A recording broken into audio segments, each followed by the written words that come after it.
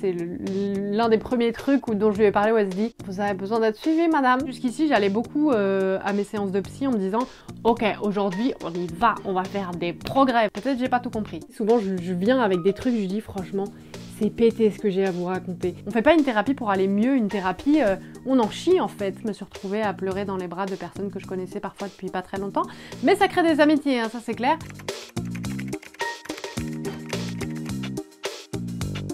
Bonjour et bienvenue, ici votre bon vieux Jeannot. On va pas se mentir, en ce moment, le monde ne fait pas rêver, tout part vachement en cacahuète. Enfin bon, il y a plein de choses pour lesquelles c'est pas des sujets nouveaux.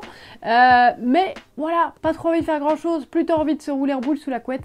Mais aujourd'hui, j'ai décidé de vous faire une petite vidéo sur un sujet que l'une d'entre vous m'a demandé sur Instagram. Et je trouvais le sujet assez rigolo, assez sympa. Donc voilà, si jamais ça peut vous donner une petite lueur d'espoir, je me suis dit qu'aujourd'hui, on allait parler de santé mentale. C'est un sujet qui est de plus en plus fréquent sur les réseaux sociaux et même de manière générale, j'ai l'impression qu'on en parle de plus en plus, mais c'est toujours bien de faire des petites piqûres de rappel de temps en temps. Donc pour vous en dire un peu plus, j'ai commencé une thérapie il y a un peu plus de 3 ans et demi à peu près maintenant. Et depuis tout ce temps, ma psy a découvert que j'aimais bien lire et que j'avais du mal à en fait supporter de pas avoir les réponses à certaines choses. Donc elle s'est dit, bah on va l'occuper entre 2 séances, on va lui filer des bouquins. Alors si j'ai commencé à avoir une psy il y a quelques années, c'est parce que j'ai un trouble anxieux assez généralisé, hein, disons-le. Tout me fait flipper dans la vie, je me fais beaucoup de scénarios, je passe beaucoup de temps dans ma tête et c'est pas toujours un endroit très fun. Et au bout d'un moment j'en ai eu marre, j'ai décidé d'aller voir quelqu'un tout simplement. J'avais beaucoup tendance en fait à me mettre la pression de faire plein de choses pour m'occuper et essayer de pas trop penser, ce qui ne marchait pas du tout, c'était très contre-intuitif, et de pas me laisser le temps en fait d'essayer de penser mais vraiment en profondeur sur les sujets qui n'allaient pas. Et un truc qui me stoppait aussi beaucoup, si vous me suivez depuis longtemps, vous savez, j'ai des gros problèmes de cervicale, enfin des gros problèmes. J'ai un petit nerf un peu coincé quoi, voilà, disons les choses. Il se passait souvent un moment où une fois dans l'année, j'étais complètement bloquée à cause de mes cervicales parce que mon corps lâchait tout simplement, mon corps ne pouvait plus tenir parce que souvent ma tête était trop pleine. Et c'est un truc qui commençait à m'handicaper vachement. Il y a plein de moments de ma life où j'ai stressé de manière voilà pas très fun. Quand j'ai tenté différents concours pour rentrer en école de journalisme. Le permis, n'en parlons pas, c'est peut-être pour ça que je l'ai passé 3 fois, donc vraiment, ça devenait un stade où c'était quand même très handicapant, et je me suis dit, bah tiens, ça pourrait être cool d'en parler à quelqu'un. Mais donc du coup, je dirais que les sujets qu'on a le plus abordés en fait avec ma psy, et qui se reflètent pas mal dans les lectures dont je vais vous parler, c'est beaucoup la question de la notion de soi en fait. De sa place dans la société, sa place même tout court, comment est-ce qu'on se positionne en tant que personne, en tant qu'identité, et aussi en tant que femme. Alors après ma team Jeannot, je pense que vous vous en doutez, je ne suis pas professionnelle de santé malheureusement, et rien ne remplacera d'avoir un avis professionnel. Je voulais juste vous parler de ces livres, je me suis dit que si peut-être il y a des choses que vous partagez, un peu des symptômes qu'on peut avoir en commun, ça peut vous tenter, peut-être que même d'ailleurs vous allez voir pour certaines lectures, on n'a pas besoin d'avoir un trouble anxieux pour que ça puisse peut-être vous tenter, et puis qui sait, peut-être que cette vidéo vous dira « Eh tiens, si j'entamais une thérapie, ça a l'air très cool !» Même si ça coûte un peu cher. Je vais donc vous parler de tous les livres qu'elle m'a conseillés depuis le début de ma thérapie, en tout cas ceux dont je me souviens, peut-être que inconsciemment il y en a quelques-uns qui sont passés à la trappe. Le premier livre qu'elle m'a conseillé, c'est Le développement impersonnel de Julia de Funès. C'est la petite fille de Louis de Funès, je trouve ça assez rigolo. Et en fait, c'est un livre dans lequel Julia de Funès, elle va nous expliquer qu'est-ce que c'est que le développement personnel, d'où est-ce que cette notion, elle vient, et pourquoi est-ce que c'est vachement trompeur. En fait, en général, on va nous proposer des livres avec, je sais pas, genre 5 méthodes pour ne plus stresser. Et on va se dire, si c'est vas-y, achète ce livre, t'as 5 méthodes et après tu vas être guéri. Sauf que, en fait, on est des personnes avec des sentiments et on peut pas tous appliquer la même technique, il y aurait pas une formule magique en fait qu'on pourrait tous et toutes appliquer et que pouf, ça y est, on est guéri. Et en fait, je crois qu'au début de ma thérapie, c'était un peu mon problème. Moi, je suis arrivée, mais je crois que je le fais à chaque fois que je vais voir un médecin, peu importe. À la fin de la première séance, je dis ça va prendre longtemps. Et je pense que j'étais vraiment en mode le suivi, vous en avez pour longtemps. Si j'avais su que j'y serais encore 3 ans et demi plus tard, je pense à l'époque j'aurais pas été très sereine. Ah désolé. Mais en tout cas j'étais beaucoup dans ce truc de peut-être chercher un peu la formule magique. Les livres de développement personnel, ça m'arrive d'en lire, il y en a que je trouve très bien fait, mais je trouve que c'est intéressant de prendre justement un peu de hauteur en fait par rapport à ça. Et dans ce livre, Julia de Funès, elle nous explique un petit peu tous les procédés et qu'est-ce qu'on utilise dans les livres de développement personnel pour essayer de nous vendre cette fameuse formule magique. On va donc parler de ça et ça me fait beaucoup penser à d'autres sujets un peu qu'ont abordé plein d'autres gens très chouettes sur YouTube dernièrement, cette question de la positivité, du bien-être. On en parle vraiment beaucoup au point où il y a un peu cette injonction de il faut être heureux, il faut être toujours bien dans ses baskets, alors que parfois on a juste envie de pleurer dans son lit et c'est ok. Je trouve que la première partie du livre est plus accessible parce qu'elle décortique un petit peu tout ça. La deuxième partie c'est un peu plus philosophique. peut-être j'ai pas tout compris. Le deuxième livre qu'elle m'a conseillé, c'est Âme de sorcière d'Odile Chabriac. C'est un livre qui me fait beaucoup penser à Sorcière de Mona Chollet, et d'ailleurs je pense que ma psy a dû me le conseiller, mais à l'époque je l'avais déjà lu, et je trouve que c'est quand même plus abordable. Alors que Mona Chollet, parfois il faut un peu s'accrocher. Avec ma psy, on parle beaucoup du féminin, de la place de la femme dans la société, et comment parfois en fait, dès qu'il y a des choses qui échappent à la société, bah on a tendance à dire oh là là, les femmes c'est des sorcières. Et sur certains sujets, je trouve ça fou, comme par exemple sur la contraception naturelle ou le flux instinctif libre. Dès qu'on comprend pas, en fait on dit que les femmes elles sont complètement tarées, que c'est des illuminées, on les fait vraiment passer pour des folles, alors qu'en fait c'est nos corps. Peut-être on a un petit peu une idée de ce qui s'y passe. À partir de là, ma psy m'a conseillé ce livre et j'ai trouvé qu'il était hyper intéressant. En fait, il s'intéresse à l'image de la sorcière, cette figure qu'on a tendance à se réapproprier depuis quelques années et parfois nous vendre un petit peu tout et n'importe quoi, hein, soyons honnêtes. Et en fait, d'où est-ce que ça vient, d'où est-ce que vient ce terme de sorcière, et c'est retracé un petit peu à travers les années. Après, dans le livre, il y a une autre partie qui est plus dédiée à comment invoquer la sorcière qui est en nous. Honnêtement, c'était au début de ma thérapie et je crois qu'à l'époque, j'étais un peu plus fébrile face à cette idée. Voilà, j'étais un petit peu en mode bon, on va pas nous prendre pour des cons Milan, on n'est pas des sorcières, mais je trouve que la notion en tout cas est intéressante, et en fait l'image qu'on se fait de la sorcière et ce à quoi elle est vraiment rattachée. Donc peut-être que je relirai ce livre à l'occasion pour la deuxième partie, plus comment invoquer la sorcière qui est en moi. Après ça, ma psy m'a conseillé un autre livre et c'est celui que j'ai le plus relu depuis le début de ma thérapie.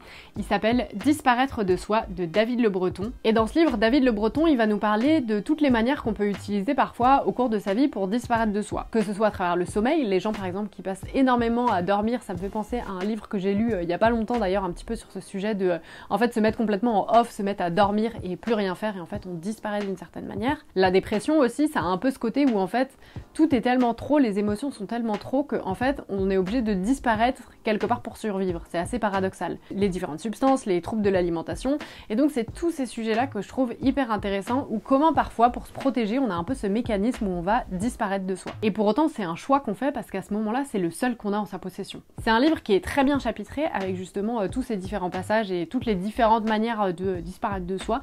Je l'ai beaucoup aimé, je le relis de temps en temps parce qu'il y a des trucs qui me parlent plus moi en tant que des processus et des mécanismes que j'ai pu mettre en place avec ma propre personne, ou alors des trucs plus que des proches ont pu faire, etc.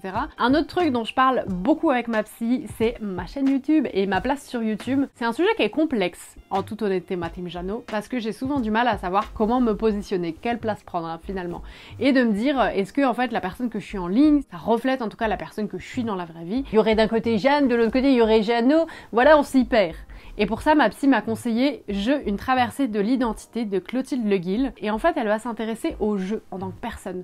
Dans notre société, on a beaucoup tendance à utiliser le nous, moi particulièrement, c'est mon côté un peu communiste et le fait d'avoir grandi dans une famille nombreuse, je pense. Je réfléchis beaucoup collectif et du coup, j'ai souvent du mal à savoir, mais moi, qui je suis exactement. Et en fait, Clotilde Le Guil, elle va nous parler de tout ça. C'est un livre qui peut être assez rassurant au premier abord parce qu'elle se pose les questions de ok, mais en fait comment est-ce qu'on trouve sa place et comment est-ce qu'on essaye d'être un individu en tant que tel dans un truc qui nous raccroche constamment à la masse. Quelque chose que je trouve intéressant par exemple, c'est les nouveaux médias de manière générale et les réseaux sociaux, que ce soit YouTube, TikTok, etc. Il y a ce côté où en fait quand ces plateformes elles ont commencé, on était vachement en mode, enfin moi je dis on parce que voilà, j'ai connu un peu les débuts de YouTube, en tout cas son avènement, hein, paix à son âme, où il y avait un peu ce truc de mais c'est génial en fait, c'est un nouveau média, on va pouvoir y créer ce qu'on veut, on va pouvoir y dire ce qu'on veut, et où on va pouvoir s'éloigner aussi des médias traditionnels et faire autrement. Et finalement, c'est assez dingue de voir qu'on finit toujours par reproduire d'une certaine manière. Par exemple, sur Twitch, il y a plein de plateaux télé, comme à la téloche. Sur TikTok, il y a plein de formats qui ressemblent à des choses qui sont déjà sur YouTube, comme des hauls, etc. Et du coup, elle en parle dans son livre, tout ce côté, comment est-ce qu'on essaye souvent de s'émanciper, de laisser de la place au jeu, mais comment en fait, souvent c'est assez compliqué. Et que du coup, on se présente parfois d'une certaine manière aux yeux du monde, et comment en fait dans son intimité, on n'est pas du tout la même personne. C'est un peu flou ce que je raconte, mais je crois que c'est parce que c'est un livre que j'ai eu un peu de mal à comprendre, et où je crois qu'il y avait des bouts aussi que j'avais pas envie de comprendre. Je m'explique. En fait, Clotilde Le Guil, elle parle beaucoup de la superficialité des réseaux sociaux et comment on cherche une forme de validation depuis l'extérieur et comment c'est pas toujours une très bonne chose pour le jeu en tant que tel. Et quand moi je l'ai lu, j'étais en mode non mais ça va pas, en fait ce qu'elle dit c'est que si on publie sur les réseaux sociaux, c'est superficiel. Et le mot superficiel c'est souvent vu comme quelque chose de négatif, comme si on restait en surface et qu'en fait on n'allait pas chercher plus loin et que du coup ça n'avait aucun intérêt. Et du coup j'ai un peu fermé le livre de temps en temps en disant ah mais moi ce que je fais sur YouTube c'est sympa, peut-être il y a des gens ils apprennent des choses et tout. Et c'était pas forcément le propos en fait, mais sur le coup je crois j'ai été un peu attaquée dans cette notion du jeu qui est hyper difficile pour moi à définir en fait, où j'ai l'impression que j'ai plein de jeux différents et où en fait ça a ce côté où parfois par exemple quand je pense à ma chaîne YouTube, j'ai beaucoup de mal à savoir qui est le jeu que je présente. J'ai souvent peur par exemple que ouais, si vous me croisez dans la rue, si on se rencontre etc, vous allez vous dire « Eh mais en fait Jeannot elle est pas très drôle dans la vraie vie ». Et où je pense que là de plus en plus je suis en train de faire un retour vers moi-même et d'apprendre à qui est le jeu, qui est Jeanne, qui est Jeannot dans tout ça, un peu aussi en dehors de ma famille etc, et qui est-ce que je suis moi en tant que personne, en tant qu'individu. Et où du coup, ce que je projette en ligne, forcément, c'est un peu différent de qui je suis dans la vraie vie. Et c'est pas forcément quelque chose que je fais volontairement, hein. J'essaye pas de vous présenter une autre image. Tout est une déformation, rien que quand on prend une photo, c'est une déformation de la réalité d'une certaine manière. Je vous présente, par exemple, là je vous présente mon canapé à peu près bien rangé.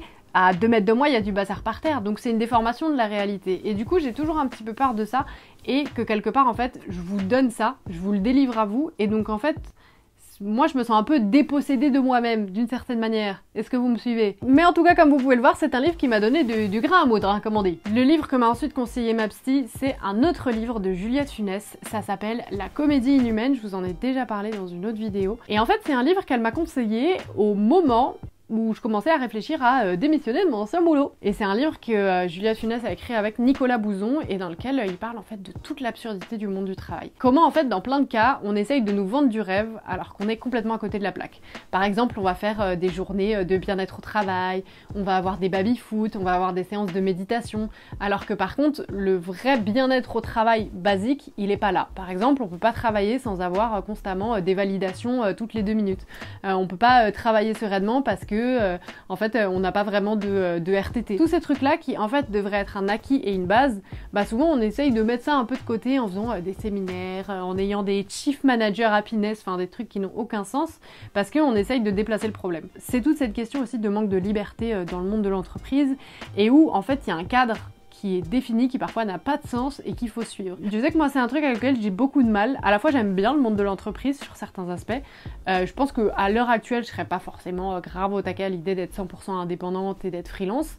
C'est pas un truc qui me parle particulièrement, j'aime la sécurité, j'aime avoir mon petit salaire à la fin du mois, mais en même temps, dès qu'on sort un tout petit peu de ce cadre, on est vu comme quelqu'un qui aime pas l'entreprise et qui est mauvais pour l'entreprise. Et donc ce livre, il parle de tout ça, il essaye aussi de réfléchir à des solutions, comment est-ce qu'on pourrait mieux faire, et aussi comment, avec le Covid, on s'est beaucoup rendu compte qu'il y a plein de jobs qui n'ont aucun sens, et qu'on peut tous faire depuis chez soi, et que pour autant, la confiance manque dans les entreprises, il y a plein de gens qui disaient « après le Covid, on va tous travailler chez soi, c'est trop bien », mais les entreprises font pas toujours confiance, hein, très clairement. Le livre d'après, j'ai un mini doute si ma psy me l'a conseillé ou pas, ou si c'est moi qui m'emballe et qui me dit qu'elle me l'a conseillé. Mais en fait, c'est possible qu'on ait parlé de ce livre, donc je suis quasi sûre. Au pire, c'est pas bien grave, c'est un livre sympathique. Il s'agit de Chez soi de Mona Chollet. Je crois qu'on en a parlé en fait au moment du confinement, et parce que du coup, il est ressorti, je crois, ou il est sorti à ce moment-là avec toute cette question de chez soi, qu'est-ce qu'on a de bien chez soi, pourquoi est-ce qu'on se sent bien chez soi, et du coup, je crois qu'on en a parlé. Et c'est un livre que j'ai lu il y a quelques mois et que j'ai trouvé hyper intéressant. Il aborde plein de notions. En fait, Mona Chollet, je me sens assez proche d'elle parce que elle adore rester chez elle et se rouler dans sa couette et avoir un petit thé. Moi, je suis un petit peu dans ce cliché aussi. En fait, j'ai l'impression que ça dépend. Il y a des périodes où clairement j'ai envie de sortir et d'aller danser la salsa toute la nuit. Et puis la plupart du temps, si je peux rester chez moi, je suis pas contre non plus. C'est un peu la difficulté où quand on aime rester chez soi, on est vu comme quelqu'un de casanier, qui aime rien faire et qui aime pas les gens. Et peut-être qu'à certains niveaux, je m'y retrouve un peu. Mais c'est plus que en fait, chez moi, c'est un peu mon cocon. C'est l'espace où je me sens bien, c'est mon espace de sécurité et où ça m'est déjà arrivé assez récemment d'avoir un peu ce sentiment que j'ai un trop plein d'émotions et que le seul moyen que je pourrais en fait de les exprimer de manière sereine, etc. sur le moment, c'est d'être chez moi. Parce que j'ai l'impression que je me ressente sur moi-même, sur mes émotions, sur qui je suis, etc. Et elle aborde en fait, Mona Chollet, toutes ces questions-là dans ce livre. Pourquoi est-ce que la maison, le foyer, c'est quelque chose d'important et comment en fait ce truc qui paraît assez individuel, ça a sa place dans la société. Parce que ça questionne plein de choses, notamment dans la maison qui fait quoi, les tâches domestiques, etc. Et ce qu'elle explique justement, c'est que c'est pas une mauvaise chose d'avoir envie d'être bien chez soi, au contraire, et que cette image un peu des gens aventuriers qui sont avec leur sac à dos, qui sont tout le temps sur la route, route et qui vont un peu à l'autre bout du monde pour essayer de se trouver, bah elle nuance un petit peu tout ça et elle se dit mais peut-être que c'est pas la meilleure manière de se trouver en fait. Après, chacun fait ce qu'il veut. La difficulté avec les livres de Mona Chollet, c'est que c'est des bons pavés, qu'elle aborde plein de sujets. Parfois, il y a des transitions, on sait plus pourquoi on s'est retrouvé ici, mais je trouve que c'est un sujet qui est hyper intéressant en tout cas. Ensuite, ce livre, ma psy me l'a conseillé juste avant l'été, quand elle partait en vacances et moi aussi, et que clairement, j'étais pas très sereine à l'idée de ne pas l'avoir quelque temps. Le livre, c'est une BD et ça s'appelle Se faire suivre en toute sécurité d'Audrey Argel. Alors déjà, personnellement, j'adore le titre, je le trouve extrêmement drôle. Et en fait, il pose un peu toutes les questions de qu'est-ce que c'est que de faire une thérapie, qu'est-ce qu'on va chercher quand on fait une thérapie. Et c'est fait de manière hyper imagée, où on a le symptôme qui est personnifié, etc. Et où en fait, bah, on va suivre quelqu'un qui nous dit ok, bah moi je ressentais ça dans ma vie, je me suis dit tiens, je vais aller entamer une thérapie, je vais faire ceci. Et la personne nous explique un peu tous les différents stades en fait par lesquels il passe pendant sa thérapie. Et ça m'a aidé sur plein de trucs, je crois. En fait, jusqu'ici, j'allais beaucoup à mes séances de psy en me disant ok, aujourd'hui, on y va, on va faire des progrès, vraiment comme si j'allais à la salle bosser les ischios. Et je me disais aujourd'hui, c'est important, je vais guérir. Et en fait, ce livre, il m'a fait prendre conscience que mon symptôme, à savoir mon symptôme anxieux, faut pas que je me batte forcément contre, c'est pas une mauvaise chose. Si le symptôme il est là à l'origine, c'est qu'il y a une raison en fait, il y a une cause. Le symptôme il vient juste un peu par-dessus pour essayer de mettre un petit peu son petit grain là-dessus quoi, j'ai envie de vous dire. J'arrive pas du tout à m'exprimer. Mais dans l'idée, il vient pour essayer de combler quelque chose en fait. Et si le symptôme il est là, c'est parce que à un moment donné, en tout cas, ce symptôme, il a servi parce qu'on n'était pas en sécurité et il avait besoin d'exister en fait pour qu'on puisse survivre tout simplement, de manière physique, psychique, mentale, ce que vous voulez. Mais en tout cas, c'est hyper intéressant de se dire justement, mon symptôme n'est pas mon ennemi. Et moi, jusqu'ici, j'étais un peu en mode, ouais, l'anxiété, je vais lui taper dessus sa mère, là, je vais la défoncer. Et là, j'étais plus en mode, bah, en fait, elle est là pour une raison, on va apprendre à vivre ensemble. Et aussi de me dire que, ouais, que j'étais pas cassée, en fait. Je crois, depuis le début de ma thérapie, j'étais vachement dans ce truc de, j'ai l'impression qu'il me manque un truc dans ma personne qui fait que j'ai pas la même valeur que les autres, qu'il y a un truc qui est cassé en moi. Et en fait, je trouve que c'est la difficulté de la thérapie, c'est que on va s'intéresser à chaque petite parcelle de ce qui se passe dans sa tête. Et du coup, ça va nous donner l'impression d'être spécial, entre guillemets. Et pour autant, en fait, on traverse tous et toutes beaucoup de choses. Pas forcément de la même manière, mais il y a plein... En fait, on a tous des trucs de traviole, j'ai envie de vous dire. Et du coup, c'est la difficulté de se dire, je suis à peu près comme tout le monde, on partage tous ces trucs-là, mais en même temps, je vais faire un travail individuel où je vais prendre le temps de me poser des questions sur ce qui se passe dans ma tête à moi, parce que j'en ai besoin. Et ça m'a vachement dédramatisé de... En fait, si je suis là, c'est pour moi, personne ne m'a forcé à être ici, c'est moi qui prends la décision toutes les semaines d'être là, de papoter avec ma psy, et de voir ce qui se passe dans ma tête. Donc en fait, à partir de là, il n'y a pas d'objectif, en fait. Je suis pas là pour me dire, il faut que dans telle semaine, on ait fait tel progrès, etc.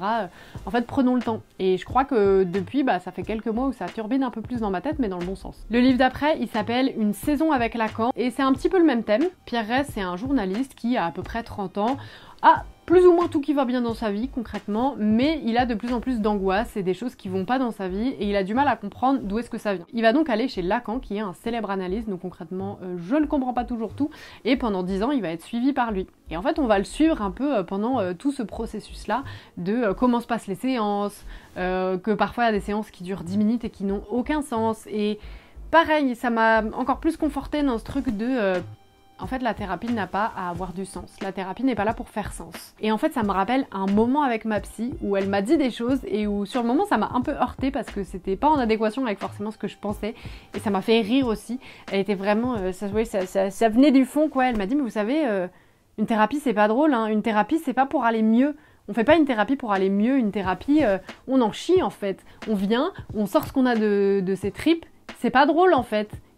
C'est vrai, c'est pas très drôle vu comme ça. Mais je trouve qu'il y avait un côté rassurant de... Il n'y a pas de but. En fait, il n'y a pas de finalité à ce qu'on est en train de faire. Ça peut paraître bizarre si vous n'avez pas fait de thérapie et que vous vous dites « En fait, j'ai des problèmes que j'aimerais régler », comme quand on va chez le médecin et qu'il nous dit pas ce qu'on a comme maladie, et ça, c'est très énervant. Mais ça a un côté rassurant de...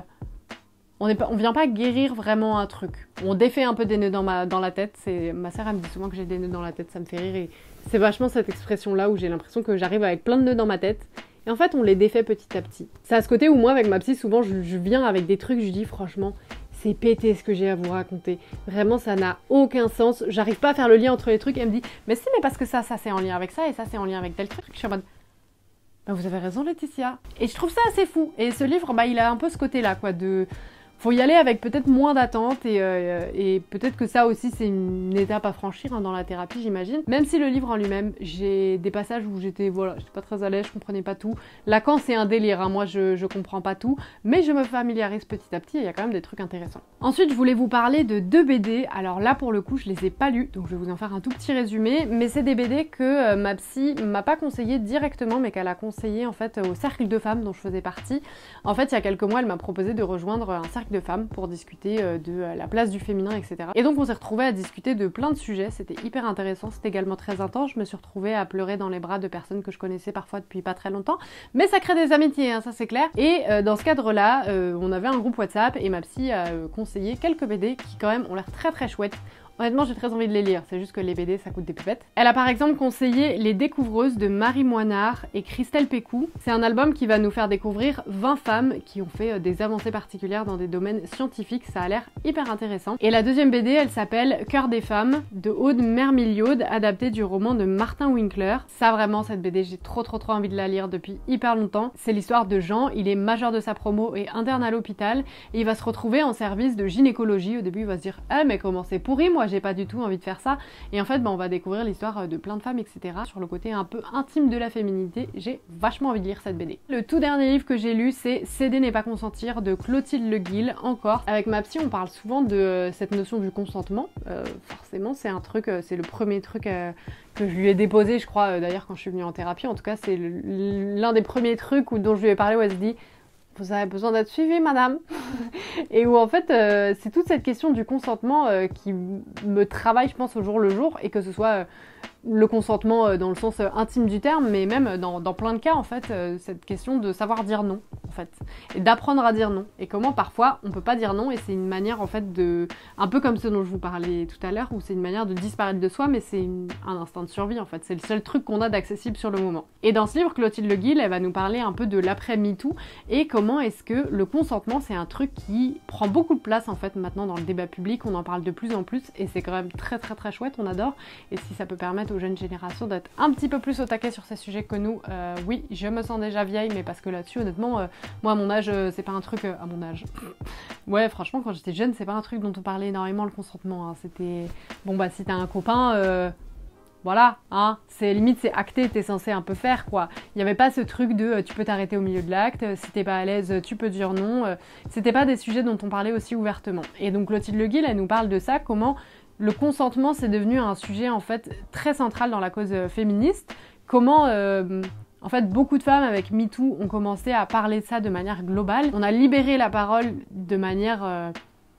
collective, et comment maintenant par contre, si on veut en fait se réapproprier nos histoires et réussir à les comprendre, bah en fait là c'est un travail qu'il faut faire individuellement. Elle va nous parler du consentement sexuel, mais pas seulement, et c'est ça que je trouve hyper intéressant, c'est cette nuance entre consentir et céder. Quand est-ce qu'on va consentir et c'est un consentement qui est franc et c'est oui je le veux comme à la mairie, et quand est-ce que en fait on va finir par céder parce qu'on est en mode bon bah un peu foutu pour foutu. Et comment aussi, c'est une notion qui est très compliquée le consentement, parce que dans plein de cas on nous dit bah ouais mais si tu dis oui, tu dis oui. On sait pas à quoi on dit oui. Par exemple souvent quand on va à l'hôpital on doit signer une décharge de consentement, ou je sais plus comment ça s'appelle, mais un truc qui dit en gros le médecin il fait un peu, il fait son taf et je consens, ok. Mais en fait on sait pas exactement la suite. On a parfois une liste de tous les trucs qui peut-être peuvent mal se passer, mais c'est tout. Et dans la sexualité bah c'est un petit peu pareil. C'est ok je consens sur le principe, je te dis oui, mais en fait je sais pas ce qui va se passer. Et c'est un peu un saut dans le vide. Et dans certains cas c'est beau et c'est romantique, dans d'autres cas ça l'est un peu moins. Et donc c'est ce saut dans le vide où en fait quelque part on donne quelque chose à l'autre qui peut nous être retiré, où on peut avoir ce sentiment-là, qui repose justement cette question de la place, de qui je suis moi et qu'est-ce qui est à moi et qu'est-ce qui est à l'autre. Question qui me travaille beaucoup, vous l'aurez compris, et j'ai trouvé qu'elle l'abordait d'une manière hyper intéressante, et j'ai trouvé que c'était vachement réparant en fait à lire. C'est un livre que franchement, si vous n'aimez pas les gens qui cornent les pages et qui font des annotations, il faut vraiment pas que vous voyez ma version de ce livre, mais ça m'a fait beaucoup de bien de le lire. Ça m'a pris du temps parce que les sujets sont pas très fun, et comme plein des livres là dont je vous ai parlé, je pense que voilà, foncez pas tête baissée non plus dans ces sujets-là, c'est pas toujours très fun. Et où même à un moment ma psy m'a dit mais Jeanne, faites une pause en fait dans ce livre, genre lisez pas tout d'un coup. comme ça, comme une ouf quoi. Enfin, et je pense que ça m'a accompagnée sur quelques temps et ça m'a fait du bien à lire. Et j'ai hâte que ma psy me conseille d'autres livres finalement, parce que c'est pas si mal. C'est donc tout ce que j'avais pour vous aujourd'hui, ma team Jeannot. J'espère vraiment que cette vidéo vous aura plu. Peut-être que voilà, ça aura créé un petit truc en vous où vous aurez eu envie de lire un de ces livres ou de vous dire bah tiens, peut-être que j'ai envie de parler un peu plus de ma santé mentale. Écoutez, je considère que mon job est fait, ça me fait très plaisir. En attendant, si vous aussi vous faites une thérapie ou vous en avez fait une et que votre psy vous conseille tout plein de livres, voilà, que elle aussi ou lui aussi est très féru de littérature et que vous avez en quelque sorte ce petit book club assez exclusif, n'hésitez pas à nous partager les livres que vous avez lus et que peut-être vous ont aidé, ou même si vous faites pas de thérapie d'ailleurs, s'il y a des livres qui vous ont aidé. Très grand sujet la bibliothérapie et c'est hyper intéressant comment parfois on va se retrouver dans des histoires, il y a des livres qui vont nous aider, donc n'hésitez pas à me dire ça ma team Jeannot, je suis très curieuse d'en apprendre plus. Et en attendant ma team Jeannot, prenez bien soin de vous, franchement c'est bien important. Prenez soin de vos proches, restez ouverts d'esprit, respectez les autres, ça c'est très important. Et puis bon, je vous vois bientôt, écoutez. Allez, salut!